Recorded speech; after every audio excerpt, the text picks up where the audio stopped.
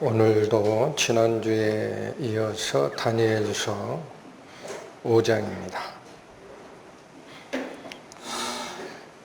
다니엘서 5장 13절부터 마지막 31절까지 말씀입니다. 이에 다니엘이 부름을 입어 왕의 앞에 나오매 왕이 다니엘에게 말하여 가로되 내가 우리 부왕이 유다에서 사로잡아온 유다 자손 중에 그 다니엘이냐? 내가 네게 대하여 들은즉 네 안에는 신들의 영이 있으므로 내가 명철과 총명과 비상한 지혜가 있다 하도다. 지금 여러 박사와 술객을 내 앞에 불러다가 그들로 이 글을 읽고 그 해석을 내게 알게 하라 하였으나 그들이 다 능히 그 해석을 내게 보이지 못하였느니라. 내가 네게 대하여 들은즉 너는 해석을 잘하고 의문을 파한다 하도다. 그런즉 이제 내가 이 글을 읽고 그 해석을 내게 알게 하면 내게 자주옷을 입히고 금사슬을 내 목에 들이우고 너 나라의 셋째 치리자를 삼으리라. 다니엘이 왕에게 대답하여 가로되 왕의 예물은 왕이 스스로 취하시며 왕의 상급은 다른 사람에게 주옵소서. 그럴지라도 내가 왕을 위하여 이 글을 읽으며 그 해석을 아시게 하리이다.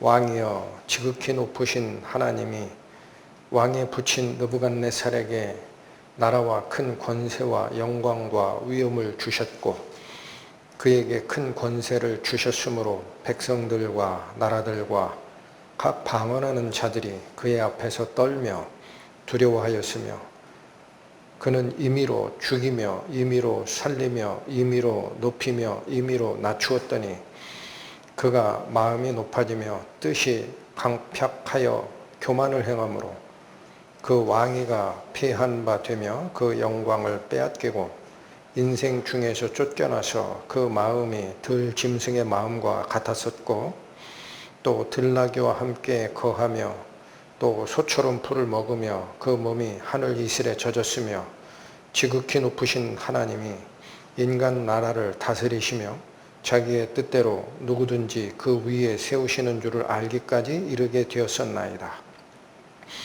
벨사살이여 왕은 그의 아들이 되어서 이것을 다 알고도 오히려 마음을 낮추지 아니하고 도리어 스스로 높여서 하늘의 주제를 거역하고 그 전 기명을 왕의 앞으로 가져다가 왕과 귀인들과 왕후들과 빈궁들이 다 그것으로 술을 마시고 왕이 또 보지도 듣지도 알지도 못하는 금, 은, 동, 철과 목석으로 만든 신상들을 찬양하고 도리어 왕의 호흡을 주장하시고 왕의 모든 길을 작정하시는 하나님께는 영광을 돌리지 아니한지라. 이러므로 그의 앞에서 이 손가락이 나와서 이 글을 기록하였나이다. 기록한 글자는 이것이니 곧 메네 메네 데겔 우바르시니라. 그 뜻을 해석하건대 메네는 하나님이 이미 왕의 나라의 시대를 세워서 그것을 끝나게 하셨다 하며 데겔은 왕이 저울에 달려서 부족함이 되었다 하며 베레스는 왕의 나라가 나뉘어서 메대와 바사 사람에게 준 바 되었다 함이니이다. 이에 벨사살이 명하여 무리로 다니엘에게 자주옷을 입히게 하며 금사슬로 그의 목에 들이우게 하고 그를 위하여 조서를 내려 나라의 셋째 치리자를 삼으니라. 그날 밤에 갈대아 왕 벨사살이 죽임을 당하였고 메대 사람 다리오가 나라를 얻었는데 때에 다리오는 62세였더라. 기도하시겠습니다. 하나님 아버지, 오늘은 교만하여 하나님의 신성을 모독했던 벨사살이 회개의 기회를 얻지 못하고 살아계신 하나님 앞에서 심판의 선고를 받는 장면을 살피고자 합니다. 이 사건이 오늘을 살아가는 저희들에게 주는 교훈을 분명하게 알게 하여 주시고 그 교훈대로 마음을 확정하고 인생의 항로 정하여 걸어가는 저희 될 수 있도록 은혜를 더하여 주옵소서. 예수님 이름으로 기도 올립니다. 아멘.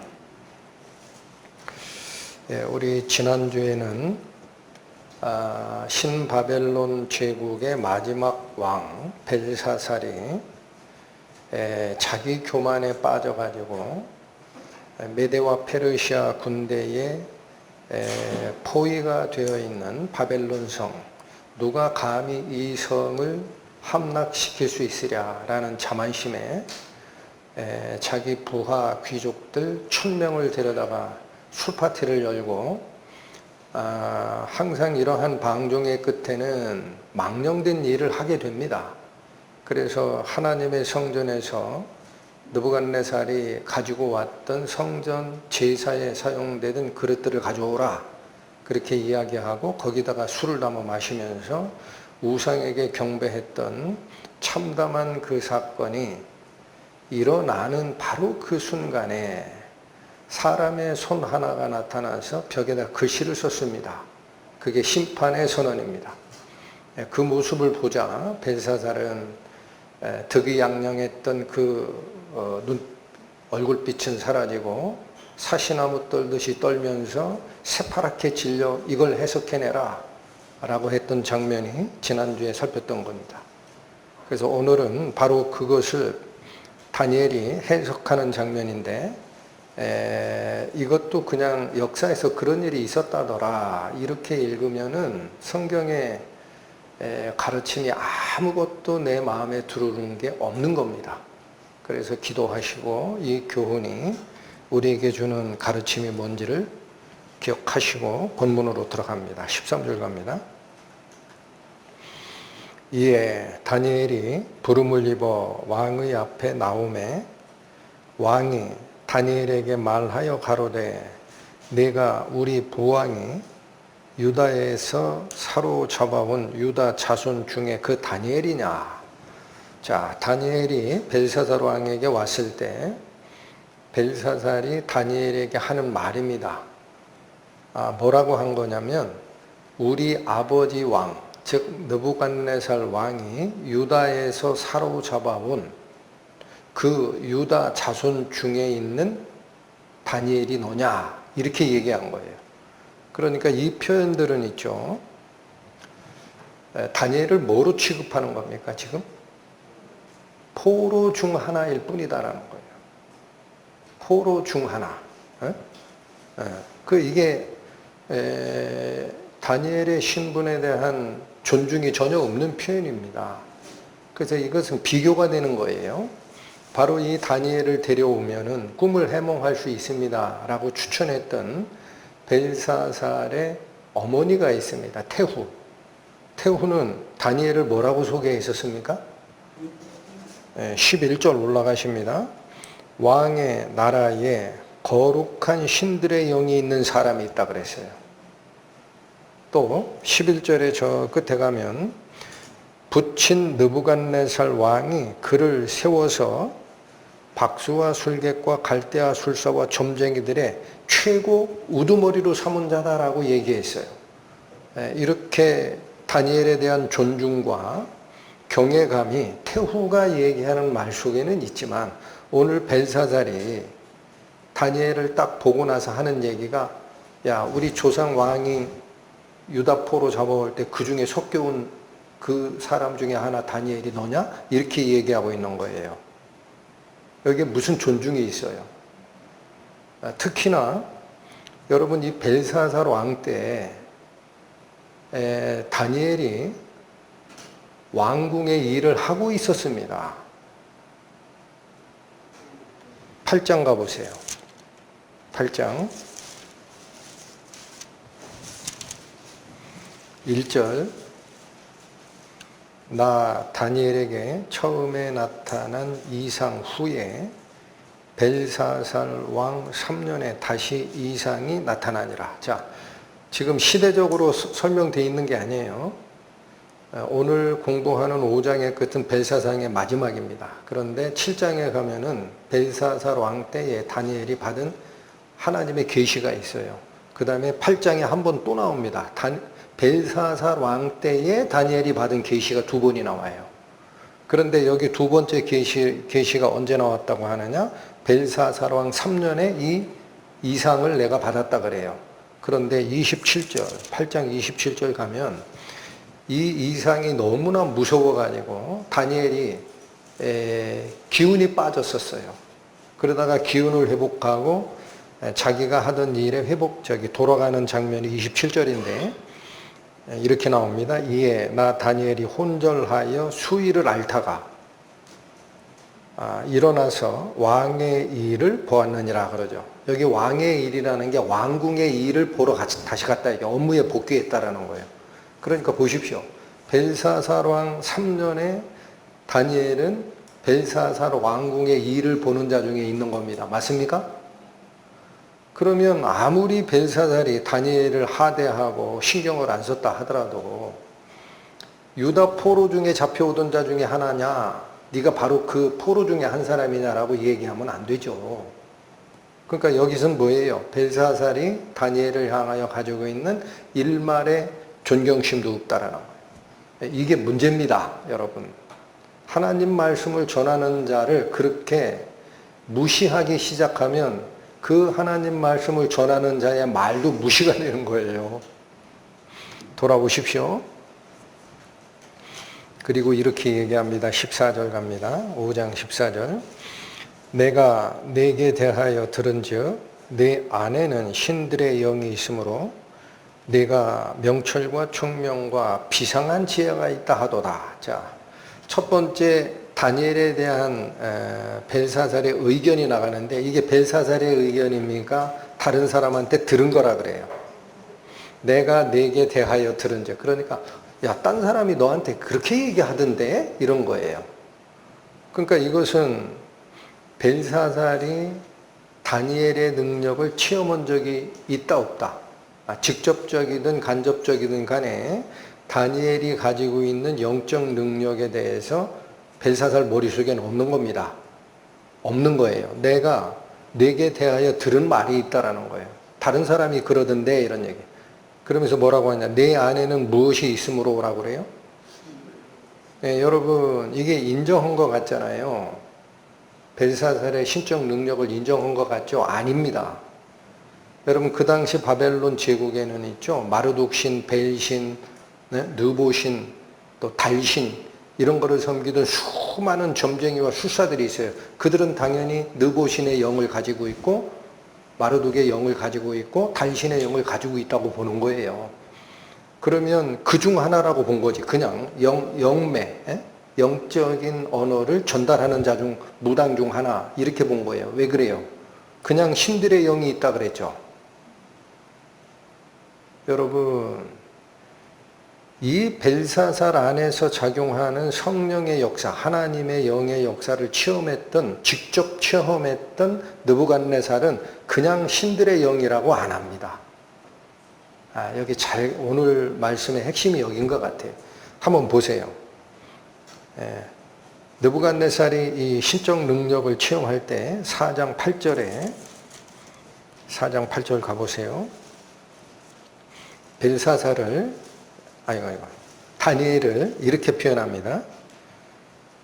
다니엘 4장 8절. 그 후에 다니엘이 내 앞에 들어왔으니 그는 내 신의 이름을 조차 벨드사살이라 이름한 자요. 신분 밝힌 거고 그 뒤부터 잘 읽으십시오. 그의 안에는 무엇이 있는지요? 뭐가 달라졌어요? 거룩한이라는 수식어구를 씁니다. 거룩한 신들의 영이라고 해요. 자기가 알고 있던 일반적인 여러 신 중에 하나가 아닙니다. 이분은 특별한 거예요. 여러분 거룩하다라는 말이 무슨 뜻이에요? 히브리어로 구별된이라는 거예요. 구별된. 그래서 여러분 하나님이 거룩하시다라는 뜻이 기본적으로 뭐냐면 죄가 없고 깨끗하다라는 게 아니에요. 그건 부속적 속성이고요. 하나님은 우리와 구분된 분이에요. 하나님만이 창조주예요. 나머지 우리는 천사를 비롯해서 우리 모든 존재는 피조물이에요. 그게 구분이에요. 그 거룩한 신들의 영이 있다라는 이 표현은 히브리적 표현으로 얘기하면은 잡신들과는 구분이 된다라는 거예요. 이걸 얘기했었습니다. 마찬가지입니다. 태후도 다니엘을 추천할 때 뭐라고 그랬어요? 5장 10절 다시 가세요. 태후가 왕과 그 귀인들의 말로 인하여 잔치하는 그곳에 들어왔더니 하고 11절 왕의 나라에 어떤 영이 있는 사람이 있다? 예, 여러분 그러니까 이거예요. 느부갓네살은 자기 개인에게 주어지는 꿈과 그 이전의 세계 역사에 대한 꿈의 해몽을 보고 다니엘을 거룩한 신들의 영을 가진 자다라고 얘기를 합니다. 직접 체험자는 구분하셔야 됩니다. 직접 체험자, 하나님의 영을 직접 체험한 자는 하나님의 영은 잡신의 영과 다르다라는 걸 알아요. 이건 구별된 영이다라는 거예요. 가장 구별된 분이다. 그 다음 간접 체험했던 이 태후, 지난 시간에 설명드렸어요. 태후가 누구냐? 느부갓네살의 딸쯤 된다 그랬어요. 딸. 벨사살의 입장에서는 어머니. 이 딸도, 느부갓네살의 딸도 아버지가 왕을 지내던 때 사실을 다 알고 있죠. 그러니까 간접 경험자이지만 뭐를 정확하게 알아요? 거룩한 신들의 영이 있는 자다라는 거예요. 그런데 벨사살은 지금 뭐라고 표현한다? 내 안에 그냥 뭐가 있다? 신들의 영이 있다. 그렇다면 이게 다니엘 안에 작용하는 거룩한이라는 이 존재, 이거를 이해하지 못하는 자가 하는 말이다라는 거예요. 그러니까 여러분 이걸 구분 못하면 하나님 믿는 거나 무당 믿는 거나 똑같다고 그래요. 어떤 분들은 그래요. 목사, 그게 무당은 잡신을 받은 자고 목사는 하나님의 신을 받은 자고 그거 아니야? 그런 사람 봤어요. 전혀 다르다. 근데 이렇게 표현하더라. 15절 갑니다. 15, 16절 지금 여러 박사와 술객을 내 앞에 불러다가 그들로 이 글을 읽고 그 해석을 내게 알게 하라 하였으나 그들이 다 능히 그 해석을 내게 보이지 못하였느니라. 15절을 한마디로 얘기하면은요, 너 말고도 신들의 영을 가진 자들 내가 다 불러봤다라는 거예요. 이래야 이해가 돼요. 이해가 돼요? 벨사살의 눈에는 술객과 박사도 신들의 영을 가진 자고 다니엘도 그 중에 하나예요. 그러니까 다른 애들은 다 들여다 해봤는데 안 되더란 얘기야. 안 되더라. 그래서 16절 내가 네게 대하여 들은즉 너는 해석을 잘하고 의문을 파한다 하도다. 여러분 여기도 자기가 체험한 거예요. 남들이 그러던데 너는 해석 능력이 있다 하더라 그래요. 남들이 그러던데요. 남들이 그러던데. 에? 그런데 여기도 표현을 잘 보십시오. 그래서 15절은 다른 신을 섬기던 모든 그 주술사들은 모르던 게 있는데 16절은 남들 얘기로 너는 특별히 해석하는 능력의 영이 내 속에 있다고 하더라. 그 왜 이걸 강조하느냐면요. 조건과 성과 보수를 얘기하는 겁니다. 그 뒤가 그 뜻이에요. 파한다 하도다 뒤부터 읽으십니다. 그런즉 이제 내가 이 글을 읽고 그 해석을 내게 알게 하면 이게 조건이에요. 내가 문제가 하나가 있다라는 거예요. 내 문제가 하나가 있는데 이걸 좀 해결을 하면 이게요. 성과보수가 나갑니다. 내게 자주옷을 입히고 금사슬을 내 목에 들이오고 너로 나라의 셋째 7일화를 삼으리라. 어마어마한 제안을 하는 겁니다. 여러분 저는 이 말씀을 읽으면서 무슨 생각을 했는지 아세요? 하나님의 거룩하심을 체험하지 않은 자들은 있죠. 신적 능력을 필요로 할 때 갖다 쓰려고 하기는 합니다. 여기 벨사살처럼 갖다 쓰려고 해요. 굉장히 급하거든. 하나님 이 문제만 해결해 주시면 내가 하나님 믿겠어. 이런 마음이야. 죽게 생겼으니까. 그런데 이 거룩한 성령, 성령이 거룩한 영이에요. 홀리 스피릿이에요. 그게. 하나님의 영만 거룩한 영이라 그래. 바로 그 거룩하심을 체험하지 않은 사람들은 신적 능력을 필요로 할 때 어떻게 쓰더라? 조건부로 쓰더라는 얘기예요. 조건부로. 내 문제 해결해 주면 내 목숨 빼고는 다 줄게. 그래서 오늘날 조건부 신앙, 기복 신앙이 거룩한 신앙이 아닌 겁니다. 교회가 그걸 선포하면 썩은 거예요. 또 갑니다. 17절 이제 다니엘의 반응이 나옵니다. 다니엘이 왕에게 대답하여 가로되 왕의 예물은 왕이 스스로 취하시며 왕의 상급은 다른 사람에게 주옵소서. 그럴지라도 내가 왕을 위하여 이 글을 읽으며 그 해석을 아시게 하리이다. 여러분, 다니엘 첫 번째 거부한 게 있죠. 뭐 안 받겠다예요. 왕께서 지금 얘기한 조건부 성과금, 나 그거 관심 없다 이거예요. 왜 이렇게 얘기합니까? 왜 이렇게 얘기해요? 지금 다니엘의 입에서 선포되는 이 계시, 심판의 이 문장은 하나님의 뜻을 전달하는 거예요. 거룩하신 하나님의 계시를 전하는 자는 성과와 연동시키지 않습니다. 여러분, 잘 기억하세요. 그래서 어떤 교회가 됐든지 목사가 돈에 대해서 문제가 생기고 하는 교회는 있죠. 썩었다라고 보시면 100%예요. 100% 썩은 겁니다. 얘기할 것도 없습니다.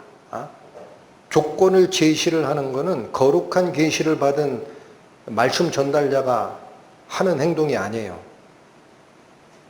이게 첫 번째 중요한 겁니다. 다니엘이 벨사살이 제안한 것에 대해서 첫 번째 뒤집은 겁니다. 그런 돈 때문에 내가 이 일을 하는 게 아니오. 이 말이 없지만 정신 좀 차리쇼 그 얘기예요. 정신 좀 차리쇼. 그리고 나서 그럴지라도 그 해석을 알게 하리이다 라고 얘기를 합니다. 그러니까 이것은 하나님께서 다니엘을 통해 반드시 선포하라 라고 했던 그 심판의 말씀이기 때문에 그렇습니다. 그래서 여러분, 지금 이 첫 번째 다니엘이 벨사살 왕을 대하는 태도를 보면은요, 그 전 느부갓네살에게 다니엘이 대하던 태도와는 완전히 분위기가 달라요. 완전히. 무슨 말이냐? 여러분, 여기 바벨론 제국의 첫 번째 왕 느부갓네살, 오늘 살피고자 하는 마지막 왕 벨사살은 하나님 앞에 경고를 받았던 공통점이 있어요. 근데 느부갓네살은 회개를 합니다. 벨사살은 회개할 기회가 없어요, 여러분. 하나님이 안 주신다고. 이게 달라요. 그래서 처음에 말하는 분위기가 완전히 달라요. 한번 가보세요. 4장 19절 가보세요. 4장 19절 가보시면 나무가 베어지는 이 꿈을 듣고 나서 19절 다니엘의 그 반응입니다. 벨드사살이라 이름한 다니엘이 얼마 동안 놀라 벙벙하며 마음이 번민하여 하는지라. 자, 이게 심판의 선언이었거든요. 느부갓네살이 가장 큰 나무였는데 베어진다라는 꿈이에요. 그러니까 그거 잘됐다 이놈아. 우리 백성들 유다로부터 다 멸망시키고 포로 잡아오더니 꼴 좋다. 이런 마음을 가져요. 이거 큰일 났구나. 왕에게 문제가 생기겠네. 이렇게 동정심을 가져요. 그죠? 말을 못하고 있는 거예요, 이게. 그러니까 오히려 느부갓네살이 괜찮아, 얘기해도 돼 해가지고 얘기를 시작하지 않습니까? 그리고 나서 다 설명을 하고 27절 다니엘은 느부갓네살에게 이걸 요청을 합니다. 27절 그런즉 왕이여 나의 가난한 것을 받으시고 공의를 행함으로 죄를 속하고 가난한 자를 긍휼히 여김으로 죄악을 속하소서. 뭘 요구를 해요? 속죄하란 얘기예요. 하나님 앞에. 이게 회개 요청이에요. 그리하시면 왕의 편안함이 혹시 장구하리이다. 하나님이 뜻을 바꿀 수도 있다. 그런데 여러분 오늘 이 본문으로 돌아오시면은요, 17절 다니엘이 벨사살 왕에게 하는 이 첫 번째 말에 인사말도 없습니다. 인사말도. 왕은 만세수를 누리소서 이런 인사말도 없어요. 그 다음에 느부갓네살에게 얘기했던 회개의 촉구, 왕이여 지금이라도 공의를 행하심으로 죄를 사하시고 자비를 베풀어서 죄악을 사하소서. 그러면 왕의 나라가 혹시라도 계속 이어질 수 있을지 모릅니다. 하나님이 받아주시면. 이런 회개 촉구가 있습니까?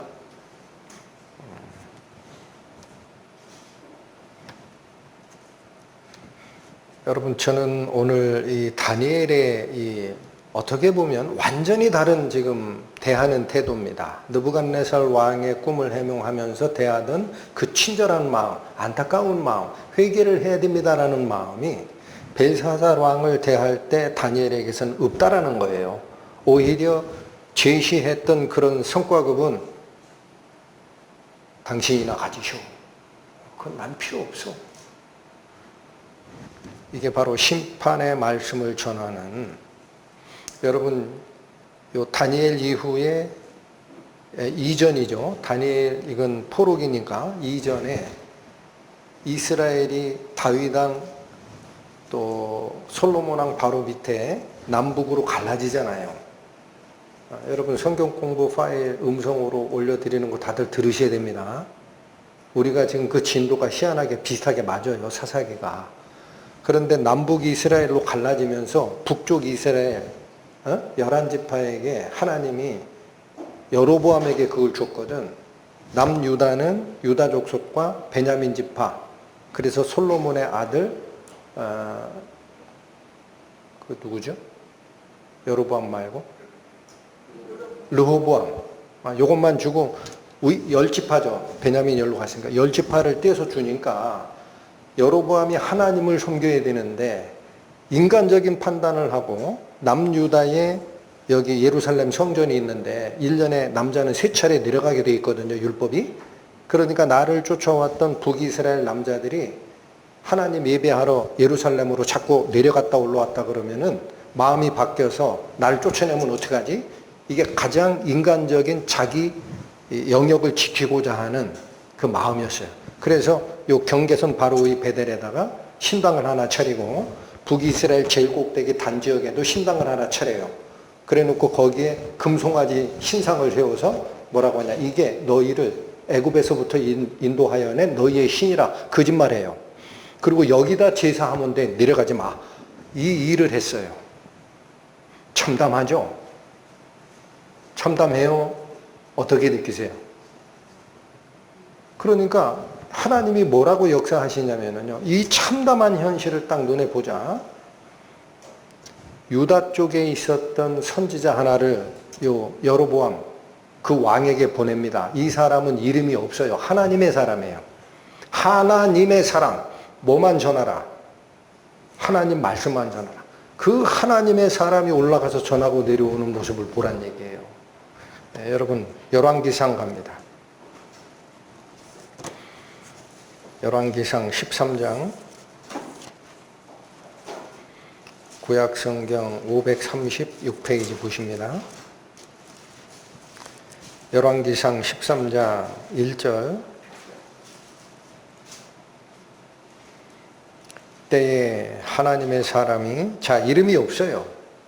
하나님의 사람이라 그래. 여호와의 말씀으로 인하여 유다에서부터 베델에 이릅니다. 그러니까 이 사람 원래 출신지가 어디 사람이에요? 남유다 사람이에요. 남유다 사람 중에 하나를 하나님이 선택해서 베델로 올려 보낸 거죠. 마침 여로보암이 단 곁에 서서 분향하는지라. 자 여기 이 단이 무슨 단이에요? 황금 송아지 만들어 놓고 하나님이라고 했던 그 단이에요. 그 제단. 거기다가 분향하는 때 딱 맞춰서 간 거예요. 3절 가세요. 그날에 저가 예조를 들어 가로되 이는 여호와의 말씀하신 예조라. 자, 이 하나님의 사람이라는 선지자 말이에요. 하나님께서 주시는 예표예요. 여호와의 말씀하신 예조라죠. 하나님께서 이렇게 될 거다라고 예조, 예표를 가서 보여줄 거야 라는 거예요. 그럼 뭐라 그래요? 단이 갈라지며 그 위에 있는 재가 쏟아지리라. 자, 여로보암이 섬기던 그 황금 송아지 놓고 섬기던 그 제사가 잘못됐다라는 걸 하나님이 어떻게 알려주겠다라는 겁니까? 단이 갈라지는 거예요. 아무 손도 안 되는 단이 두 쪽으로 갈라져. 그 위에 피었던 재가 쏟아질 정도로 싹 쫙 갈라지는 거야. 이게 예표라는 거야. 그대로 일어납니다. 4절 여로보암 왕이 하나님의 사람 베델에 있는 단을 향하여 외쳐 말함을 들을 때에 단에서 손을 펴며 저를 잡으라 하더라. 자, 여로보암은 이 선지자 말을 들어요, 안 들어요? 감히 어디 이상한 놈이 와가지고 우리가 섬기는 이 제단이 반쪽으로 갈라진다고 그래. 저놈 잡아! 그런 거예요. 저놈 잡으라. 향하여 편손이. 그런데 어떻게 돼요? 단을 향하여 외쳐 말함을 들을 때 단에서 손을 펴서 저를 잡으라 하더라. 근데 저를 향하여 편 손이 말라 다시 곧어지면 이 손이 굽어지지가 않아요. 딱 굳은 거야. 하나님이 이 기적을 행하시는 거예요. 5절 하나님의 사람의 여호와의 말씀으로 보인 예조대로. 자, 단이 어떻게 돼요? 갈라지며 재가 단에서 어떻게 돼요? 쏟아집니다. 이걸 다 봅니다. 여로보암이. 그러니까 여로보암은 유다 쪽에서 올라온 하나님의 사람이라고 지칭하는 선지자 말을 이젠 들어야 돼요? 안 들어야 돼요? 실제구나. 어떻게 대했을까? 7절 가봅니다. 왕이 하나님의 사람에게 이르되 나와 함께 집에 가서 몸을 쉬다가 내가 네게 예물을 주리라. 오늘 벨사사라고 똑같죠? 야, 이거 알려주면은 내가 너한테 예물 주고 나라 셋째 치리자 삼아줄게. 나랑 같이 교제해. 내려가지 마. 왜? 신적 능력이 보이거든요. 아, 이 사람은 진짜 하나님의 말씀을 전하는 신적 능력을 가진 자 맞구나 하고 이 제안을 합니다. 하나님의 사람이 받았을까요? 안 받았을까요? 8절 9절 봅니다. 하나님의 사람이 왕께 대답하되 왕께서 왕의 집 절반으로 내게 준다 할지라도 오늘 벨사살은 셋째 치리자 준다 그랬어요. 여기도 마찬가지예요. 나라의 절반을 나한테 준다 하더라도 나는 왕과 함께 들어가지도 아니하고 이곳에서는 떡도 먹지 아니하고 물도 마시지 아니하리라. 북이스라엘에서는 교제하지 말라는 거예요. 물 한 잔이라도 같이 먹지 마라. 여러분, 제가 잘못된 신앙 회개하고 하나님께 돌아왔을 때 처음에 받은 말씀이 이 말입니다. 구원받은 형제니까 같이 잘 지냅시다 하는 사람들 많았습니다. 저는 못하겠어요.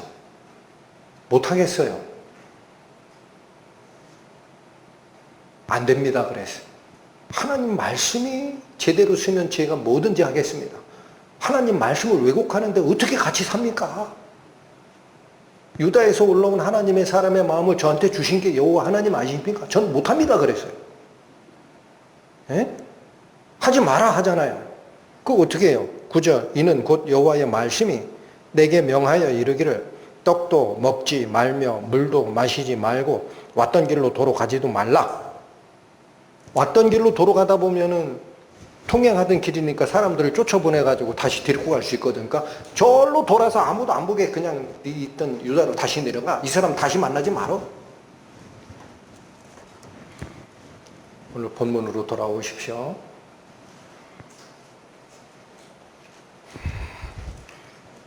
지금 다니엘서 5장 17절에 다니엘이 벨사살에게 하는 말에 인사말도 없고 회개 촉구도 없고 심판의 선언만 있다라는 이 사실은 저는 어떻게 봤느냐? 다니엘에게 하나님의 언지를 주신 것 같아요. 벨사살에게는 회개가 없다. 심판 선언하고 와라. 여러분 18절 21절까지는 길지만 다니엘이 무슨 얘기를 하냐면요. 벨사살 당신의 그 선대 왕 느부갓네살 왕도 당신하고 똑같이 잘못된 일로 걸어갈 뻔했다라는 거예요. 그 하나님이 징계를 선언했는데 다행히 돌이켰다. 그래서 그 왕이 깨달은 게 뭐냐면 모든 정권은 내게 아니구나. 하나님께서 나에게 주신 거니까 하나님 마음대로 정권 잡은 자를 세우고 폐하고 하는 능력이 있구나. 이걸 깨닫고 나서 돌아온 역사가 있다라는 얘기를 하는 겁니다. 이 이야기를 왜 합니까, 여러분? 벨사살은 그 후대 사람이잖아요. 느부갓네살보다. 먼저 있었던 역사 기록을 바란 얘기야. 그러면 하나님께서 주시는 회개의 기회가 당신에게도 이 사례를 통해서 이미 알고 있었다라는 거야. 그런데도 당신은 안 따라갔다. 여러분 구체적으로 한번 봅니다. 18절 보세요. 왕이여 지극히 높으신 하나님의 왕의 부친 느부갓네살에게 다시 읽겠습니다. 왕이여 지극히 높으신 하나님이 왕에 붙인 느부갓네살에게 나라와 큰 권세와 영광과 위엄을 주셨다라는 거예요. 예, 여러분 그 바벨론 제국을 만든 느부갓네살이 행사했던 절대 정치 권력은 누가 준 거다? 하나님이 주신 거다라는 얘기예요. 어? 또 19절 그에게 큰 권세를 주셨으므로 백성들과 나라들과 각 방언하는 자들이 그의 앞에서 떨며 두려워하였으며 그는 임의로 죽이며 임의로 살리며 임의로 높이며 임의로 낮추었다. 자, 느부갓네살 왕의 왕권이 얼마나 절대적이었느냐. 자기가 하고 싶은 대로 살리고 죽이고 했어요. 이걸 생사여탈권이라 그래요. 자기 마음대로 하는 권한을 하나님이 줬다라는 거예요. 그러면 이건 왜 이렇게 돼 있어요? 느부갓네살의 정치 권력이 느부갓네살 본인이 쌓아 올린 결과 아무도 침범하지 못하는 절대성을 가진 겁니까? 하나님이 그렇게 주신 겁니까? 예, 이 능력은 하나님 거예요. 여러분 신명기 한번 보세요. 신명기 32장 구약성경 315페이지 펴보십니다.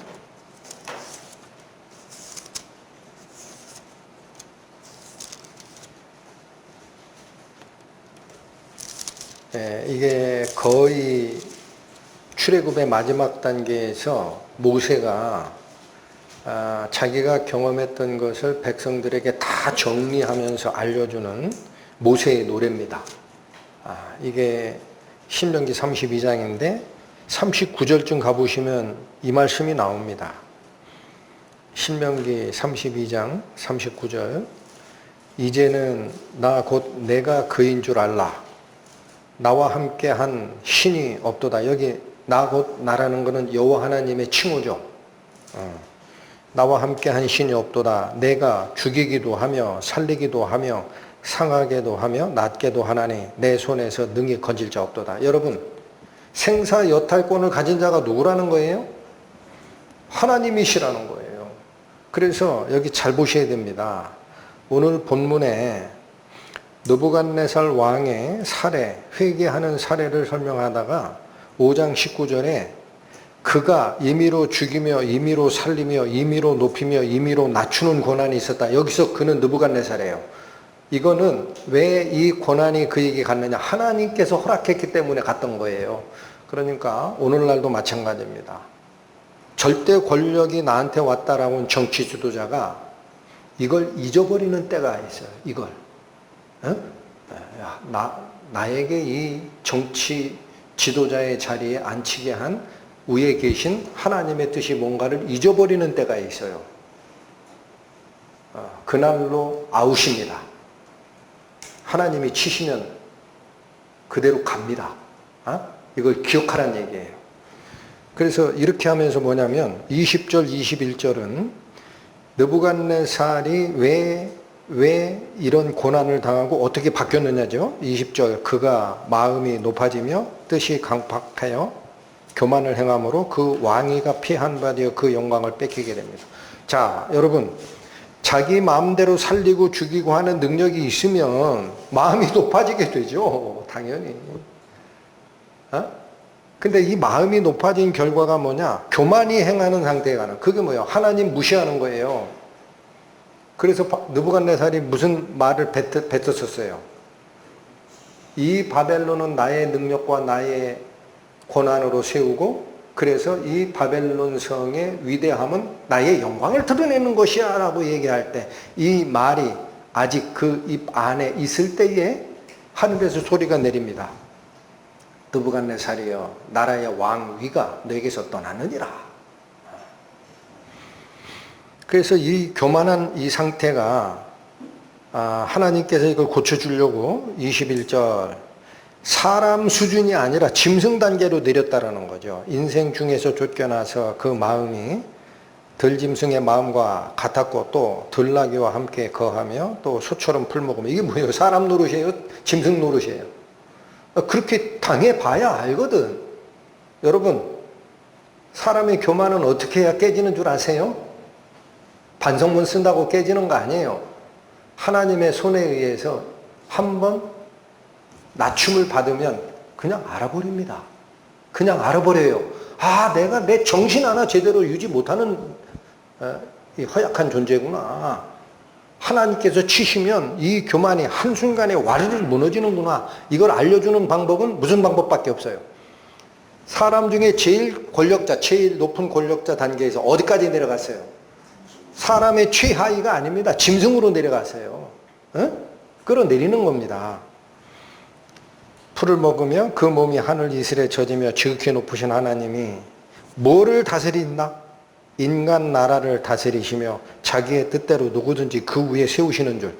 하나님께서 인간 세상의 통치자이시고 그래서 필요할 때에 그 정치 지도자를 세우고 폐하는 일이 누구에게 있다라는 사실, 하나님의 손에 있다라는 사실, 이거를 알기까지 이르게 되었었나이다. 그래서 느부갓네살은 알아버렸잖아요. 그래서 이거를 자기 혼자 알고, 아이고야, 내가 옛날에 교만 떨다가 하나님께 매맞은 이 사실은 누구한테 얘기하면 안 돼. 나 혼자만 회개하고 간직해야지 그랬어요. 바벨론 제국 전체에다가 포고령을 날려가지고 다 알려줬어요. 4장 가보세요. 4장 1절. 느부갓네살 왕은 천하에 거하는 백성들과 나라들과 각 방언하는 자에게 조사하노라. 이게 포고령 내립니다. 황제 포고령. 원하노니 너희에게 많은 평강이 있을지다. 이거 인사말이고. 2절. 지극히 높으신 하나님이 내게 행하신 이적과 기사를 내가 알게 하기를 즐겨하노라. 내가 이 속에서 창피한 경험이 있지만은 이거 공개하는 거 내가 부끄럽다. 자랑스럽게 한다. 네, 자랑스럽게 한다. 바벨론 제국 전체에 포고령을 내린 핵심이 뭐예요? 4장 제일 마지막 절 37절 가보세요. 그러므로 지금 나 느부갓네살이 하늘의 왕을 찬양하며, 자 누구라 그래 이제? 여러 신들 중 하나가 아니죠. 하늘의 왕이라는 건 뭐예요? 우주의 최고 통치자입니다. 이 말은 성경에서 여기만 쓰여요. 여기만 쓰여요. 하늘의 왕이라는 표현. 왕 중 왕 이런 말은 쓰지만 하늘의 왕, 우주의 통치자를 찬양하며 칭송하며 존경하노니 그의 일이 다 진실하고 그의 행하심이 의로우시다. 거짓말 안 하시고 그가 임의로 결정한다 하더라도 한 톨도 잘못되는 게 없이 의로우신 분이다라는 사실이에요. 무릇 교만하게 행하는 자를 그가 능히 낮추심이라. 이 포고령이 이미 느부갓네살 왕에 의해서 바벨론 제국 전체에다가 방이 붙었던 겁니다. 그럼 이 사실을 오늘 심판의 선언을 받고 있는 벨사살이 당연히 알았겠죠. 당연히. 그렇습니까? 안 그렇습니까? 그러니까 여러분, 문자로 기록된 말씀이라고 그래서 그거 읽기 싫어가지고 누가 읽어주길 기다리고 하면은 큰일 나는 거예요. 성경 말씀이 그거예요. 이 포고령이에요. 하나님의 포고령. 온 우주에, 이 속에서 나를 발견하라. 집어들고 읽을 생각을 안 해. 귀찮아해. 그러다가 이 심판의 선언만 들으면 어떻게 하려고 그래요? 다 붙여놨잖아. 하나님이 이렇게 섬기는 거야. 느부갓네살 왕이. 이거를 몰랐다라는 거예요. 자, 다시 오세요. 그래서 이 18절에서 21절까지는 한마디로 줄이면은 있죠. 다니엘이 지금 벨사살 왕에게 가가지고 꿈 해몽하기 전에 뭐냐면, 꿈 해몽하기 전에 인사말도 없고 회개하라는 말도 없고 뭐만 딱 얘기한 거다. 느부갓네살 왕이 어떻게 교만을 떨다가 하나님의 징계하심을 받고 어떻게 바뀌었다라는 이야기만 한 거다. 그러면 여러분, 하나님 말씀을 전하다가 구하고 살리고 천국 보내고 지옥 보내고 하는 모든 권한이 하나님께 있습니다. 누구에게는 회개의 기회를 주지만 누구에게는 회개의 기회를 안 주실 수도 있습니다. 이런 얘기를 하면 하나님 독재자라고 그러더라고. 꼭. 이렇게 말씀드려야 실감이 나요. 여러분, 벨사살에게는 왜 회개 기회 안 줬어요? 벨사살에게 왜 회개 기회 안 줘? 하나님이. 느부갓네살에게는 줬잖아. 불공평하잖아. 왜 그럴까? 불공평한다 그랬어요? 하나님이 공의롭다 그랬어요? 그럼 왜 벨사살에게는 안 줘? 줬잖아요. 느부갓네살의 사례를 기록하라고 한 거야. 그러니까 여러분, 오늘 이 시대를 살고 있는 우리는 회개를 어디서 배우느냐? 성경에서 배우는 거예요. 어? 이 권위를 인정 안 하니까 벽장에다 놓고 먼지 뽀얗게 쌓이게 놔두는 거지. 포고령에 있잖아요. 어? 후대 사람은 이걸 보라고 얘기했잖아. 벨사살이. 그래서 자기 챔피언 거 다 공개하고 간증문 써가지고 바벨론 제국 전체에 방을 붙였잖아요. 아무도 하늘의 왕, 하나님의 공의를 의심하지 마라. 그분은 진실한 분이다. 그분은 높이 올라가는 자를 낮추시는 역할을 하는 분이다. 잘 들어라 하고 다 했잖아. 그러니까 벨사살에게 왜 직접 경험을 꼭 요구합니까? 공의로운 하나님 맞으시죠? 아멘 안 하시는 분 있어.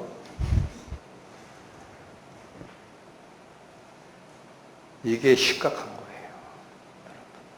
이게. 그걸 벨사살은 무시했다라는 거예요. 그러니까 자기 왕궁에서 일하고 있는 다니엘이 선대왕 느부갓네살 때 어떤 하나님의 선포를 하는데 주역했는지 아무것도 모르고 다니엘이 딱 앞에 왔을 때 하는 말 본때 뭐라 그래요? 네가 유다 포로 중 하나인 다니엘이냐라고 하지. 거룩한 신들의 영이라고도 안 하고 그냥 네 속에도 신들의 영 중 하나가 있다고 하던데 남들이 얘기하기를 해석 잘한다고 하는데 그럼 우리 조건부로 한번 내가 떡고물 줄 테니까 내 문제 해결해 달래? 이렇게 하지.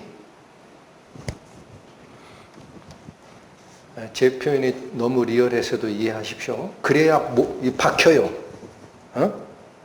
그래야 박히더라고. 무슨 얘기인지 못 알아들으셔.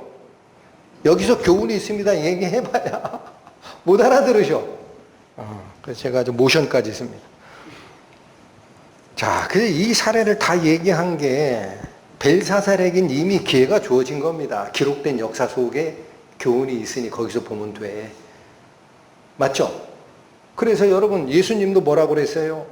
부자가 있고 날마다 잔치하고 노는 부자가 있고 먹을 게 없어서 부자 문지방 밑에서 떨어지는 음식 주워 먹던 거지 나사로가 살았다. 둘 다 죽었다. 부자는 불구덩이 속에 들어가 있고 거지 나사로는 아브라함의 품에 들어가 있다. 서로 보고 있다. 그랬더니 이 부자가 불꽃 중에서 고민스러우니까 나사로 손가락에다 물 한 방울만 떨어져서 내 혀를 서늘게 해주소서 하고, 야, 여기는 보기는 하는데 왔다 갔다 할 만큼 그렇게 안 돼 있어. 계곡 때문에 못 다녀. 그러니까 부자가 뭘 요구를 해요? 그러면 아버지 아브라함이 하나만 더 내가 요청을 하겠습니다. 아직 살아있는 내 동생들이 있는데 걔네들 이곳에 오면 안 되잖아요. 사람들 말은 안 들을 거예요. 그러니까 그 나사로 살려보내서 내 동생들에게 이곳에 오지 않게 복음을 전하면 안 되겠습니까? 그랬더니 뭐라 그래요? 아브라함이. 얘들아, 걔네에게는 선지자와 있다. 그게 뭐예요? 이게 글이죠, 글. 이미 있다. 그러니까 죽은 자 중에 부활해서 간다고 너 그 말 안 들을 거야. 아시겠습니까? 아시겠습니까? 성경 말씀을 보관용으로 생각하지 마세요. 오늘부로. 여기 다 있어요. 똑같아요. 벨사살이 이거 무시한 겁니다. 자, 그래 놓고 22절. 회개 축구가 없이 곧바로 이 심판의 선언이 들어갑니다. 이게 벨사살의 직접적 죄입니다. 22절. 벨사살이여 왕은 그의 아들이 되어서, 이 그의 아들이 누구의 아들이에요? 그렇죠. 느부갓네살 왕의 아들이죠. 아들이 되어서 이것을 다 알고도 알았다 몰랐다. 알았잖아요. 여러분, 그래서 기회가 없어요. 이미 선대왕 느부갓네살의 사례에서 다 배웠어야 됩니다. 알고도 오히려 마음을 낮추지 아니하고 반대로 갔다라는 거예요. 23절. 도리어 스스로 높여 하늘의 주제를 거역하고, 주제라는 건 주인이 되는 황제, 그 뜻입니다. 이게 하늘의 주인이 되는 황제를 거역하고 그 전 기명을 왕의 앞으로 가져다가 왕과 귀인들과 왕후들과 빈궁들이 다 그것으로 술을 마시고 여러분 이게 실제로 벨사살이 자기를 낮추기보다 넘지 말아야 할 선을 넘은 핵심입니다. 핵심. 한번 생각을 하십시오. 스스로 높여 하늘의 주제를 거역하고 어디까지 갔다라는 거예요? 신성 모두까지 갔다라는 거예요. 여러분 예루살렘 성전에서 가져왔던 성전에서 이 제사 드릴 때 쓰는 그 그릇들은 거룩한 거예요. 구별되어 있다고요. 다른 용도로 못 써요. 어느 용도로만 써야 돼요? 하나님 섬기는 용도로만 써야 돼요. 그렇죠? 하나님께 구분되었던 그 그릇들을 가지고 옵니다. 그리고 하는 짓이 뭐예요? 여기다 술 먹자. 술 따라. 해가지고 누구를 위해서 건배했어요? 금이나 은이나 동이나 철이나 나무나 돌로 만든 신. 야, 마르둑을 위해 건배. 베일을 위하여 건배. 느보를 위하여 건배. 이게 넘어야 되지 말아야 할 선을 어떻게 한 거다? 딱 지적합니다. 아주 실감납니다, 지금. 여러분, 이게 왕 앞에서 이런 이야기를 한다는 거 목숨 내놓는 거예요, 지금 다니엘이. 벨사살 당신 있잖아, 지금 한 짓이 있지, 그거. 그게 살아계신 하나님의 신성을 모독하는 바로 그 짓이다. 그런데 여러분, 이렇게만 하면은 지금 후대 사람들은 우리는 교훈을 못 받아요. 제가 오늘 말씀을 준비하다가 제일 고민한 게 이거예요. 하나님, 이 사례에서 우리는 무슨 교훈 받아야 되는지 알려주십시오. 그래서. 이 벨사살처럼 이런 적이 없거든, 나는. 꼭 그렇게 얘기를 해. 죄 얘기를 하면 꼭 그렇게 해. 우리는 그런 죄 안 졌는데. 여러분, 본질이 뒤입니다. 여기부터 잘 읽으셔야 돼요. 왕이 또라는 거예요, 또. 여러분, 또.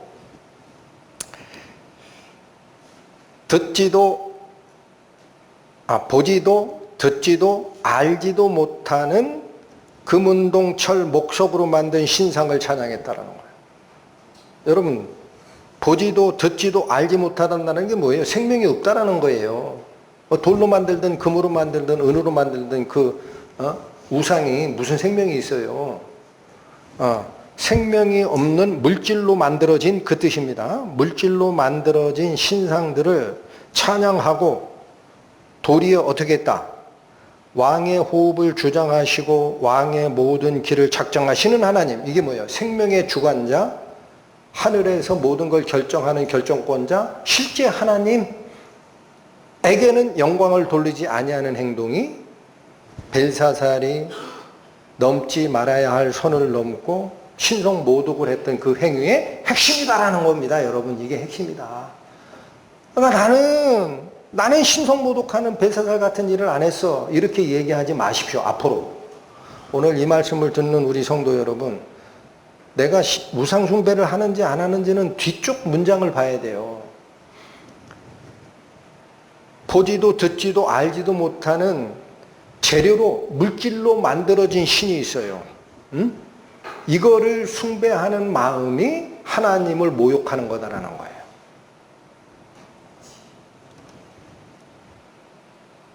여러분, 그래서 행위로 의로워질 수 없습니다. 하나님을 믿음으로만 의로워질 수 있습니다. 라고 선포했던 로마서 1장의 죄의 핵심이 이걸 지적하는 겁니다. 로마서 1장 갑니다. 신약성경 239페이지 펴보십니다.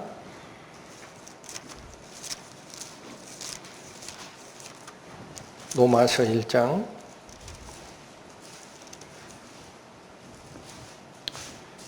22절 보십니다. 내용이 많으니까. 로마서 1장 22절 신약 240페이지네요. 야, 22절 보세요. 스스로 지혜 있다 하나 우준하게 됩니다. 여러분, IQ 모자르고 말 잘 못하고 성경 말씀이 잘 모르겠어 하는 사람은요, 위험하지도 않아요. 여러분, 이 시대에 제일 위험한 게 하나님 말씀을 읽어내는 능력 있는 자입니다. 그 사람이 지혜 있다 해요. 사람 속에 보기에 저 사람 성경 잘한다. 그러나 사실은 미련하게 됐어요. 그래서 이 미련하게 됐다라는 얘기는 IQ가 떨어졌다라는 게 아니에요. 하나님을 발견하지 못하는 상태로 바뀌었다라는 거예요. 분명히 사람의 지혜를 가지고 성경을 해석하고 설교를 하고 이야기를 해. 그런데 하나님을 발견을 못해. 그래서 23절 썩어지지 아니하는 하나님의 영광을, 하나님은 물질이 아니다라는 겁니다. 맞죠? 하나님은 거기에 비교하면 안 된다라는 거예요. 이 하나님의 영광을 썩어질 사람과 금수와 버러지 형상의 뭐로 바꿔요? 우상으로 바꿔요. 그러면 여기도 이 말씀을 읽을 때 나는 우상 만든 적 없다니까. 우리 집에 다 뒤져봐. 나 그런 거 만든 적이 없어. 그 얘기를 하는 게 아니라니까요. 에? 안 만들었으면 우상숭배 안 하는 게 아니에요. 이게 우상숭배의 첫 번째가, 자, 여기 잘 보십시오. 사람이 아무리 지혜 있고 신학을 공부하고 뭐를 종교학을 연구를 했다. 그래서 박사학위를 받았다 하더라도 사람의 보기에는 지혜가 있어요. 하나님을 발견하는 빛이 없는 자는 뭐를 얘기하게 돼 있어요? 하나님 말고 세상 얘기를 합니다. 하나님이 만든 피조세계를 얘기를 합니다. 그 안에 우리가 찾아야 되는 합리적 논리와 세상 살아가는 지혜가 있다라고 얘기를 합니다. 그게 우상숭배예요. 자, 어디서 나오냐? 24, 25 가보세요. 그러므로 하나님께서 저희를 마음의 정욕대로 더러움에 내버려 두십니다. 자, 창조주 하나님보다 피조세계 물질을 더 섬기는 마음이 있을 때 이거를 하나님은 네 마음속에 정욕이 있다라는 거예요. 네 마음속에 다른 사람보다 부자 되고 싶고 다른 사람보다 돈 많이 벌고 싶고 다른 사람보다 좋은 차, 넓은 집에 살고 싶고 잘 먹고 잘 살고 싶고 하는 마음이 그게 정욕으로 바뀐다는 거예요. 그래서 뭐라고 얘기합니까? 저희 마음의 정욕대로 더러움에 내어버려 두사 저희 몸을 서로 욕되게 하셨으니, 자, 여기 잘 들으셔야 됩니다. 이 로마서 1장 이 구절을 가지고 엉뚱하게 설교하는 신학자들이 있어요. 오늘 여러분 분명하게 기억하셔야 돼요. 창조주 하나님을 발견할 수 있는 성경 말씀 속에서 빛을 잃어버리고 자기 지혜대로 뭔가를 얘기하는 사람들은 첫 번째가 뭐냐? 25절처럼 되는 겁니다. 이는 24절의 후반절, 하나님이 정욕대로 더러움에 방치하면 저희 몸을 서로 어떻게 한다? 이게 무슨 말이야? 서로 몸을 욕되게 한다라는 게 뭐야? 25절, 이는 저희가 하나님의 진리를 거짓 것으로 바꾸어 피조물을 조물주보다 더 경배하고 섬김이라. 바로 이거예요. 창조주 하나님을 잊어버리고 피조물, 우리 인간의 지혜로 보면은 이 성경 말씀은 그 뜻이 아니에요. 남에게 정죄하라는 얘기가 아니에요. 우리 같이 살라는 얘기예요. 이렇게 하는 것이 뭐라는 거예요? 진리를 거짓으로 바꾸는 첫 번째 작업입니다. 아직 잘 모르겠죠? 26, 27절이 본질이 나옵니다. 이를 인하여 하나님께서 저희를 부끄러운 욕심에 내어버려 두셨으니, 자, 다시 얘기하는 거예요. 다시. 이게 뭔 상태냐? 곧 저희 여인들도 순리대로 쓸 것을 바꾸고 뭘로 써요? 영리로 씁니다. 이와 같이 남자들도 순리대로 여인 쓰기를 버리고 서로 향하여 음욕에 불릴 듯하며 남자가 남자로 더불어 부끄러운 일을 행하여 저희의 그릇 때문에 상당한 보응을 그 자신이 받게 된다. 이게 뭡니까? 동성애입니다.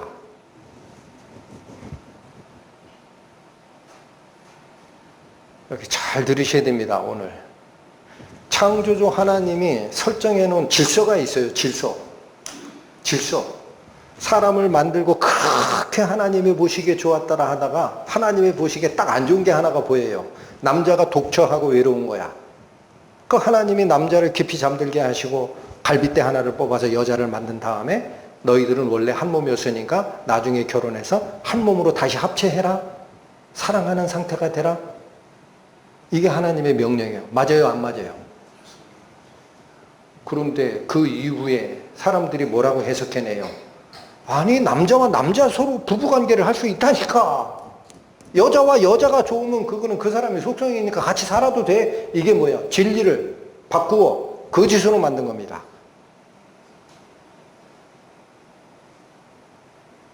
제가 왜 수련회 때 동성애에 대해서 그렇게 열성을 부르는지 아세요?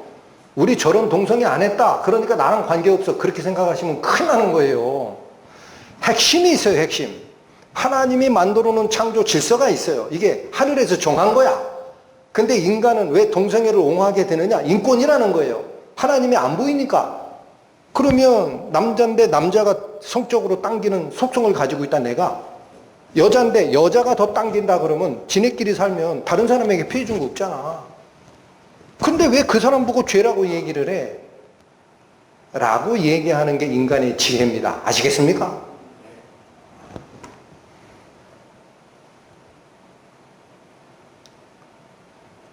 데려다 놓고 있죠.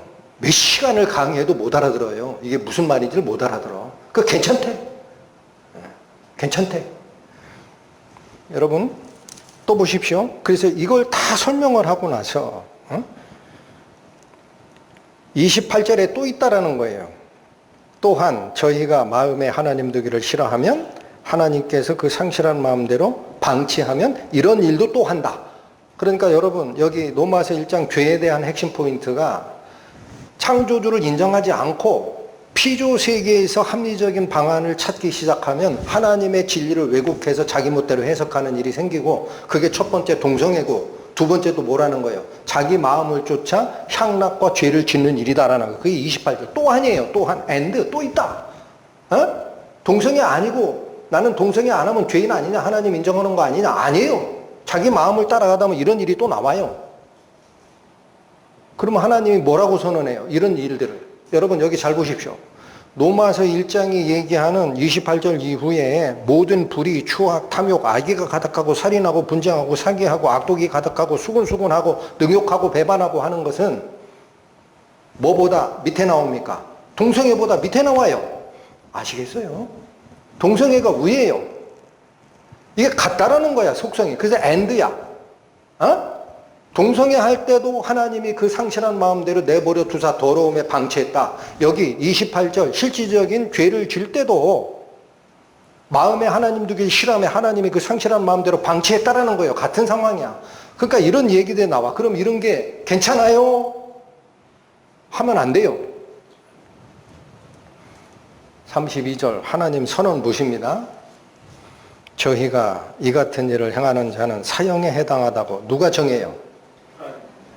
그러면 하나님 말씀을 선포하는 강단에 서 있는 말씀 전하는 자는 동성애를 뭐라고 선포해야 됩니까? 그 죽는 일이에요. 사형감이야 라고 해야 맞죠?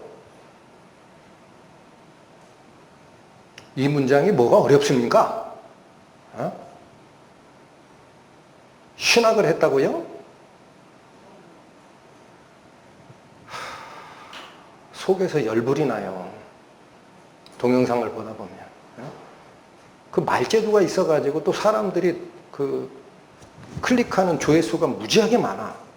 그러니까 하는 말이 이거는 아니에요. 사람들이, 다른 사람에게 피해 안 좋으니까 그 인권인데 그걸 왜 죄라고 하면은 상대방이 혐오감을 느끼는 거 아니냐. 또 그런 걸 자꾸 얘기하면은 평등을, 같이 평화롭게 살아야 되는 인간 세상을 한 사람을 정죄하는 상태로 평등 아닌 걸로 자꾸 얘기하는 게 아니냐.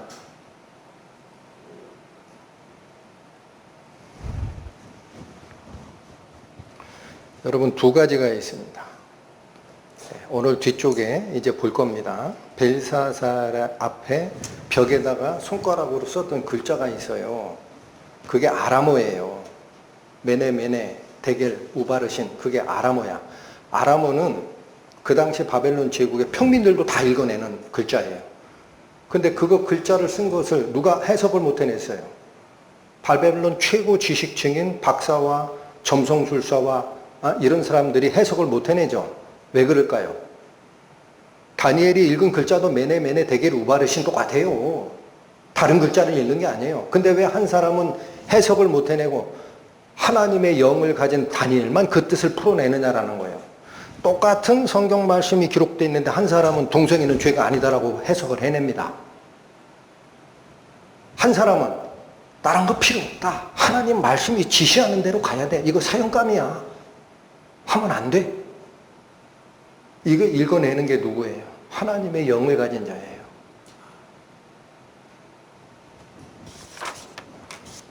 오늘 본문으로 다시 돌아옵니다.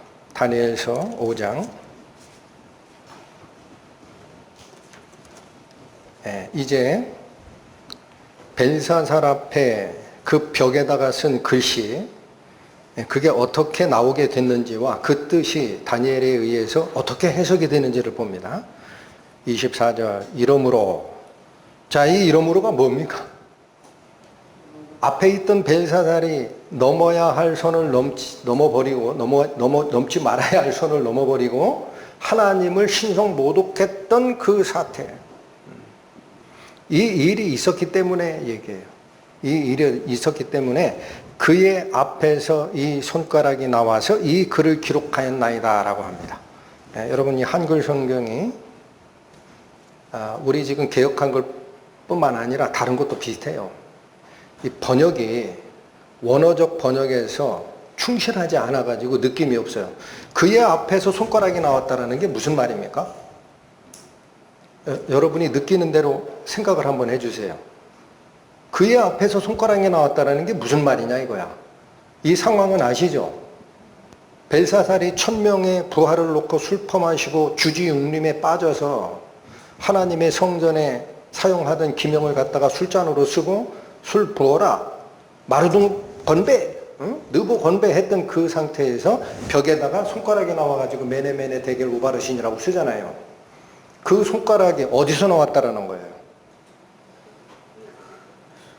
잘 읽어주셔야 돼요. 그의 앞에서 이 손가락이 나왔다 그래. 자, 근데 여기 보십시오. 이걸 원어로 보면은요, 그의 앞에서가 아니에요. 그분의 임재, 앞이라는 것이 프론트라는 개념이 아니고요. 프레젠스, 임재, 거기 계시다라는 거야. 그의 임재로부터라는 뜻이에요. 여러분, 이게 무서운 말입니다. 지금 벨사살이 술 먹고 있었던 그 아련실에 누가 계셨다라는 거예요? 하나님의 임재가 거기 계셨다라는 거예요. 무슨 짓거리 하나 내가 본다. 근데 그 하나님의 임재가 거기 계셨고 하나님이 보고 계셨고 그리고 그 보이지 아니하는 하나님이 손가락을 내보냈다라는 거예요. 에? 벨사살 저놈은 보이지 않는 신은 공경함이 아니라 아예 모독하는 자니까 직접 눈으로 보여줘라. 그의 임재로부터입니다. 아시겠어요? 그가 거기 계셨던 것이고 하나님이 그걸 보고 계셨던 겁니다. 거기에서 손가락이 딱 나와요. 그래서 눈에 보여요. 보여주겠어요. 여러분, 벨사살에게 이 심판의 선언을 할 때 눈에 보이는 손가락이 나온다라는 사실을 또 들으면 벨사살 무서웠겠네 하고 끝내신다고. 여러분, 우리에게 좋은 교훈은 뭘까요?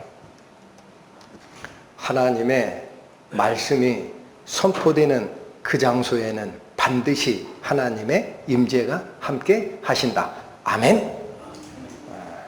여러분, 그래서 오늘 이 얼마 되지 않는 우리 영혼들이 모여서 말씀 상고하지만 여기 하나님 계심을 기억하셔야 돼요. 할렐루야. 기억하셔야 돼요. 눈에 안 보인다고 경고망동하고 아무 얘기나 막 하고 이게 자기 교만을 드러내는 건지 하나님의 거룩함을 교제하는 데 필요한 말인지 구분 없이 막 자기 얘기만 해야 된다고. 큰일 나는 겁니다. 이걸 그래서 코람 데오 정신이라고 그래요. 코람 데오.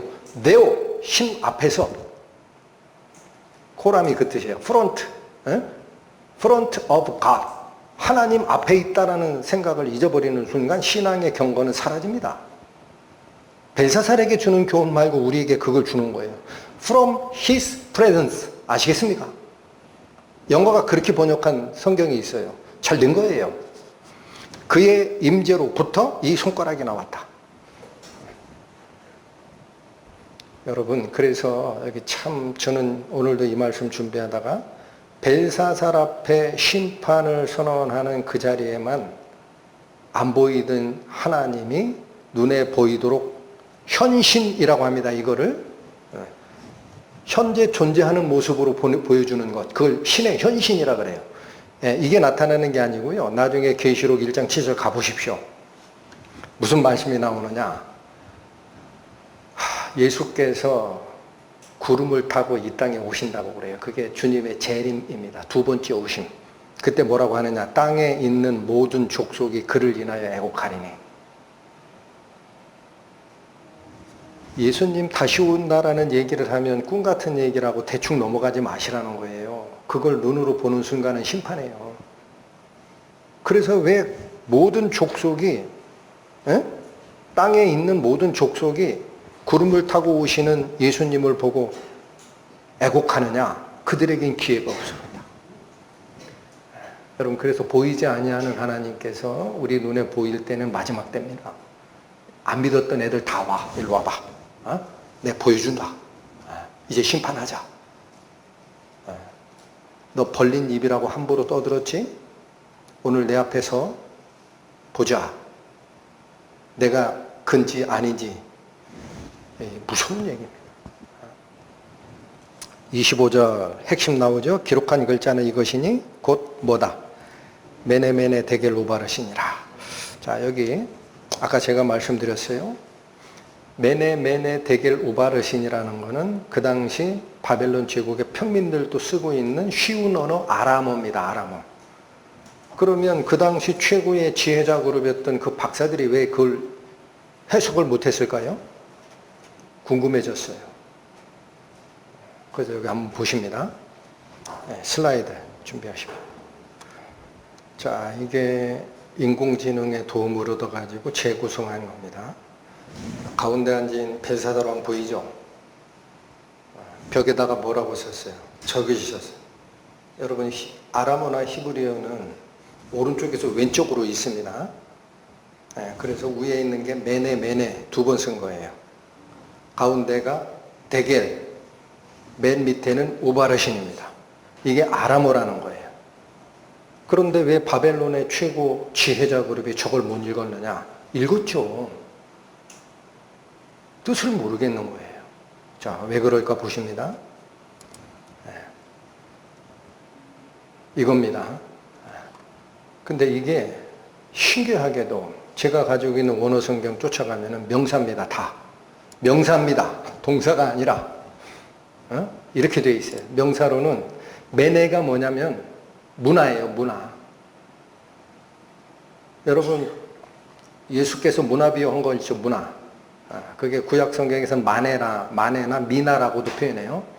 이게 문화예요. 한 문화. 문화가 두 번 쓰여요. 문화. 대겔은 뭐냐? 이게 세겔입니다. 세겔은 뭐냐? 60세겔이 모이면 한 문화가 돼요. 우바르신 할 때 우는 그리고 이런 뜻이에요. 이거 접속사예요. 그럼 뒤에 바르신 이게 뭐냐? 반세겔 두 개다라는 거예요.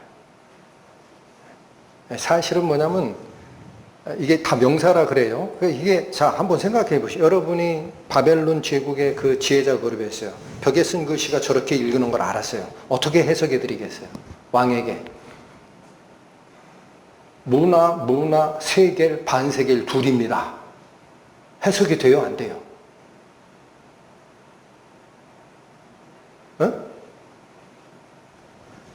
표면만 읽으면 해석이 안 되고 돈이에요. 그냥 다 돈이야, 돈. 굳이 얘기하면 이 세겔로 바꾸면은 60세겔, 한 세겔, 반 세겔이 둘이면 다시 한 세겔. 그럼 뭐야? 다 더하면 122세겔?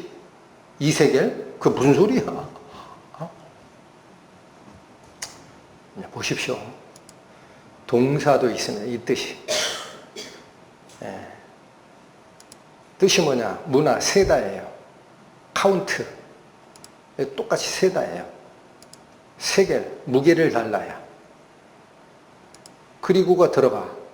그 다음에 저 반세겔 둘이라는 게 동사로 하면 둘로 쪼개다야.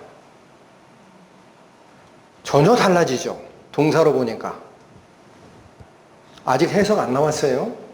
명사로 봤을 때는 돈으로 세는 단위야. 동사로 보면 다른 얘기가 돼. 그런데 이 해석을 어떻게 해내느냐? 그건 하나님의 영을 가진 다니엘이 해냅니다. 이해가 되시겠어요? 그래서 본문으로 돌아오시라는 거예요. 이걸 어떻게 해석하는지. 동사로 해석했던 거 기억하세요? 세다, 무게를 달다, 반으로 나누다. 아시겠죠? 근데 그거를 다니엘이 이렇게 해석을 합니다. 26절 그 뜻을 해석하건대. 자, 이제 해석이에요. 이게 영적인 통찰력으로 이 뜻을 풀어냅니다. 메네는 아까 메네가 명사로는 문화예요. 한문화. 근데 동사로는 무슨 뜻이다 그랬죠?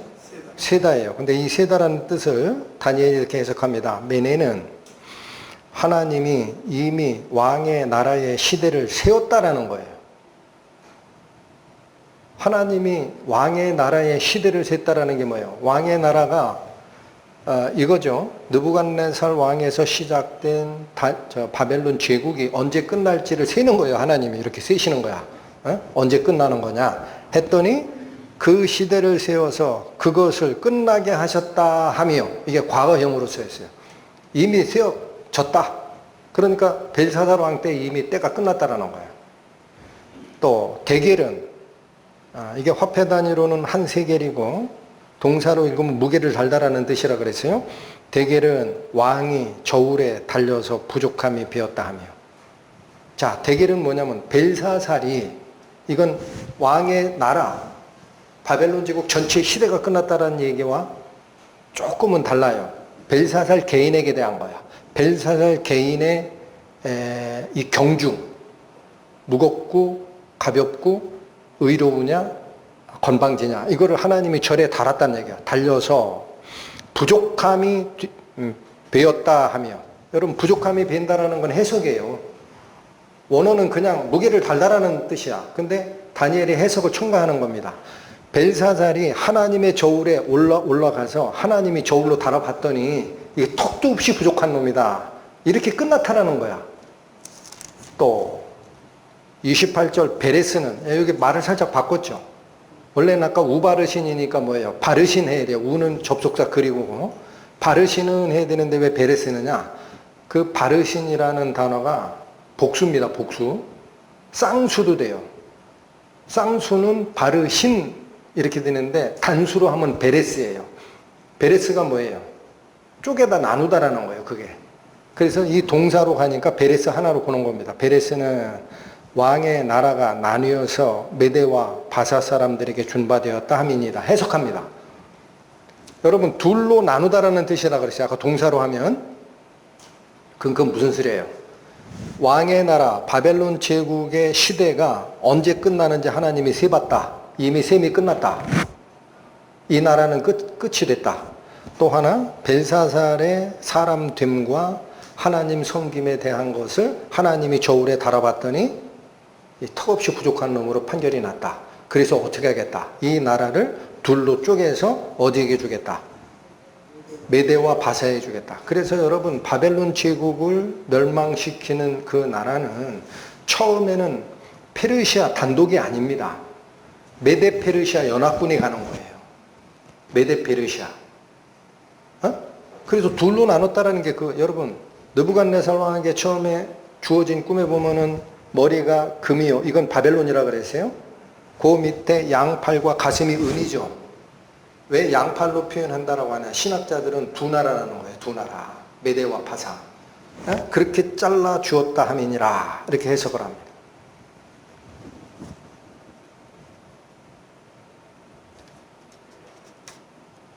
(29절) 이 해석과 심판의 선고에 대해서 벨사살의 반응은 생략되어 있습니다. 왜? 하나님 앞에 벨사살이 그 이후부터 보이는 반응은 의미가 없어요. 회개의 기회를 안 주신다고. 그래서 29절 가니까 이에 벨사살이 명하여 무리로 다니엘에게 자주옷을 입히게 하고 금사슬로 그 목에 들이우게 하고 그를 위하여 조서를 내어 나라의 셋째 지리자를 삼으니라. 벨사살이 처음에 약속했던 거 하나도 안 빠지고 다 약속 이행을 하죠. 이놈이 나한테 안 좋은 흉몽, 흉한 그 해석을 했네. 이놈을 당장 갖다 가둬라. 그러질 않죠. 그래서 여러분, 여기도 이런 얘기입니다. 벨사살이 방만하고 주지육림에 빠지고 자만심이 충만했던 자지만 인간에 대한 약속에는 충실한 사람이었다라는 거예요. 충실한 사람이었다. 근데 중요한 건 뭐냐? 넘지 말아야 할 선을 넘은 이 벨사살에게는 하나님과 추가적인 대화나 회개에 대한 기회는 기록되어 있지 않다라는 얘기예요. 그래서 어떻게 해요? 그날 죽어요. 30절. 그날 밤에 갈대아 왕 벨사살이 죽임을 당합니다. 여러분, 자연사가 아닙니다. 죽임을 당하였다라는 것은 처형됐다라는 거예요.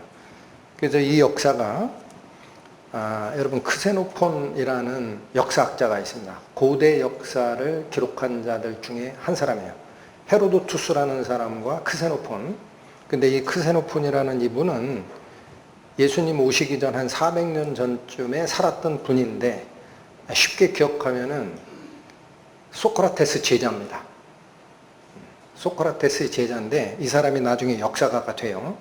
그래서 이 역사를 기록하는데 뭐라고 하느냐, 이 왜 그날로 망하느냐면 고레스와 메데 연합군이 바벨론 성을 포위하고 있던 상황이라 그랬죠. 근데 직접 침공은 불가능해요. 왜? 초롱성이야. 그래서 이 전략을 세운 게 바벨론 성을 이렇게 관통해 흐르는 유프라테스 상류에 물을 우회할 수 있는 도랑을 밤새 팠대요. 그리고 물을 딱 막는 순간 유프라테스 강물은 옆으로 새고 바벨론으로는 흘러가는 게 또 끊어졌죠. 그럼 바벨론 성을 감싸고 있던 해자입니다. 물길. 그게 싹 말랐어요. 그죠? 그렇더라도 문을 열어주지 않으면 못 들어가지. 그날로 죽잖아요. 벨사살이. 크세노폰이라는 역사학자가 설명하는 두 가지 요소가 있어요. 그렇게 해서 해자를 무력화시킨 것은 고레스와 메데의 연합군의 지혜다라는 거예요. 그런데 왜 그날로 함락이 되느냐면 내부적으로 동조 세력이 있다고 합니다. 내부적으로. 그 당시 마르둑 신을 섬겼던 제사장 그룹하고 일부 귀족들은 고레스라는 사람이 타 종교에 대해서 굉장히 너그럽다라는 소문을 다 들었어요. 왜? 그가 계속 정복해 오면서 했던 짓이 있거든. 타치를 안 해. 그러니까 야, 이럴 바에야 고레스한테 그냥 우리 종교, 우리 신앙 지켜가면서 고레스한테 이미 대세는 기울었으니까 협조하는 게 낫다 해서 문을 열었대요. 안에서. 그날로 죽습니다. 31절 메데 사람 다리오가 나라를 얻었는데 때에 다리오의 나이는 62세다. 자, 굉장히 정확합니다. 다니엘이. 이날 바벨론 성이 함락된 이날 누가 왕권을 차지했다고 나와요? 메데 사람 다리오. 그럼 여기 잘 보십시오. 이게 역사에서 잘 안 풀리는 거예요. 바벨론을 포위 공격한 거는 메데와 페르시아, 메데와 바사의 연합군이죠. 그러면은 그 뒤에 이 바사, 페르시아 제국이 가거든요. 그러면 이 페르시아 제국의 대표가 고레스예요. 근데 왜 메데 사람한테 왕권이 넘어갔다라고 기록하느냐, 성경에. 여러분, 다리오라는 이 말은요, 나중에 페르시아 왕 중에 다리오가 있어요. 그러나 고유명사가 아닙니다. 페르시아어로 이 뜻은 통치자나 정복자를 얘기합니다. 그냥. 그러니까 왕을 얘기하는 일반 명사로 쓰일 수 있습니다.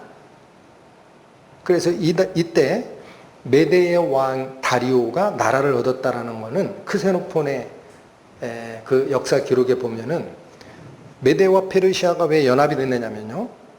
복잡하지만 새겨 들으십시오. 페르시아를 지배하던 왕이 고레스예요. 메데를 다스리던 왕이 시악세레스 2세라가 있었어요. 그런데 이 둘이 연합하는 이유가 이 시악사레스 2세가 고레스의 외삼촌이에요. 그리고 이 시악세레스 2세가 딸을 고레스에게 줘버려요. 그래서 고레스 입장에서는 시악세레스 2세라는 사람이 외삼촌이자 뭐예요? 장인어른이에요. 그래서 이 사람은 아들이 없어요. 시악세레스 2세가. 그래서 나라의 전권을 다 누구한테 넘기느냐? 나중에 고레스한테 통째로 넘기는데 오늘 이 사건 이후에 2년인가 지나서 이 시악세레스는 죽어버립니다. 여기 성경 기록대로 하면 62세에서 2년 지나면 한 64세쯤 죽어요. 그 뒤에는 나라 이름이 다 뭐로 바뀌는 거예요? 페르시아, 바사로 바뀌어요. 그러면 처음에 와 다리오에게 왕권을 줬다고 하느냐면 둘이 연합해서 바벨론을 함락시켰지 않습니까? 그럼 사위 입장에서는 이 영광을 내가 취해야 되겠어요? 장인어른한테 줘야 되겠어요? 그래서 장인어른이 바벨론 제국의 왕위를 가지십시오라고 추대했다라는 거예요. 근데 다행히 2년 후에 죽어버려요. 그리고 나서 고레스가 전체를 다스리게 된다. 굉장히 정확한 역사가 설명이 되어 있는 겁니다. 딱 두 줄이지만.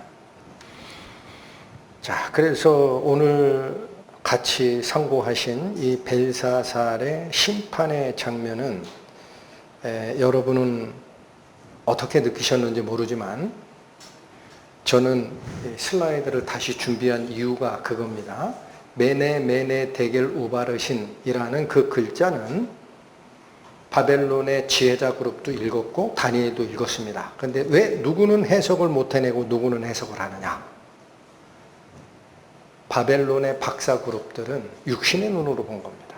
돈인데 돈, 문화 세겔, 반세겔 둘 무슨 소리야? 해석이 돼요, 안 돼요? 여러분 그러니까 여기 다시 보십시오. 우리를 위한 가르침이 있어요. 이 세상을 살아갈 때 눈에 보이는 돈에 신경 쓰지 마세요. 돈밖에 안 보여요. 아시겠어요? 성경이 얘기하잖아요. 너희가 재물과 하나님을 겸하여 섬길 수 없느니라. 아멘. 그런데 하나님이 이 말씀 속에 무슨 뜻을 심어놨을까라고 그 움직이지 아니하는 명사를 살아 움직이는 동사로 해석을 하고 하나님 뜻이 딱 오니까 다니엘처럼 해석이 나오는 겁니다. 아, 하나님이 이 바벨론이 시대 끝이 어딘지를 세셨다는 뜻이다. 두 번이나 셌다라는 거야. 강조가 돼요. 처음부터 계속 세신 거야. 그러다가 벨사살의 인간됨, 하나님을 섬기는데 부족함이 있는지 하나님이 저울에 달아봤다는 뜻이구나. 그러니까 당연히 뭐예요? 턱없이 부족하다는 게 드러났다는 거지. 우바르시는 무슨 뜻이다? 페레스 했다. 잘랐다. 둘로. 아, 그래서 이 나라가 잘라졌다는 뜻이다. 누구의 눈에만 이 진정한 뜻이 들어온다?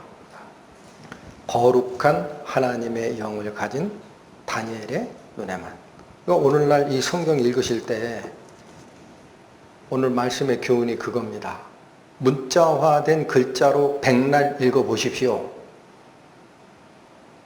하나님의 뜻이 보이나? 마음을 여십시오. 하나님이 이 말씀에서 나에게 주고자 하는 살아있는 움직이는 뜻이 뭔가?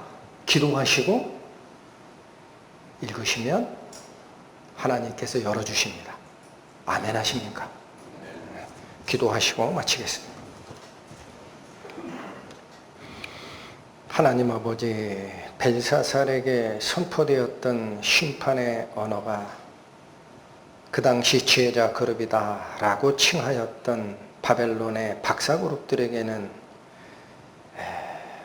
눈에 안 보이는 장림의 뜻밖에는 없었습니다.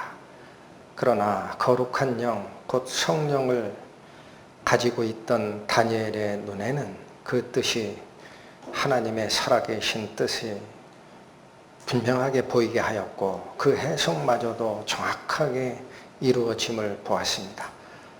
이 벨사살의 사례를 통하여 오늘을 살아가는 저희 성도들도 기록된 하나님의 말씀을 살아계신 하나님의 권위와 능력으로 받아들이게 하시고 그 말씀 앞에 무릎 꿇고 모든 물질적 성과 보수는 거절하는 거룩한 성도로서의 삶 살아가는 저희 될 수 있도록 인도하여 주옵소서. 예수님 이름으로 기도 올립니다. 아멘.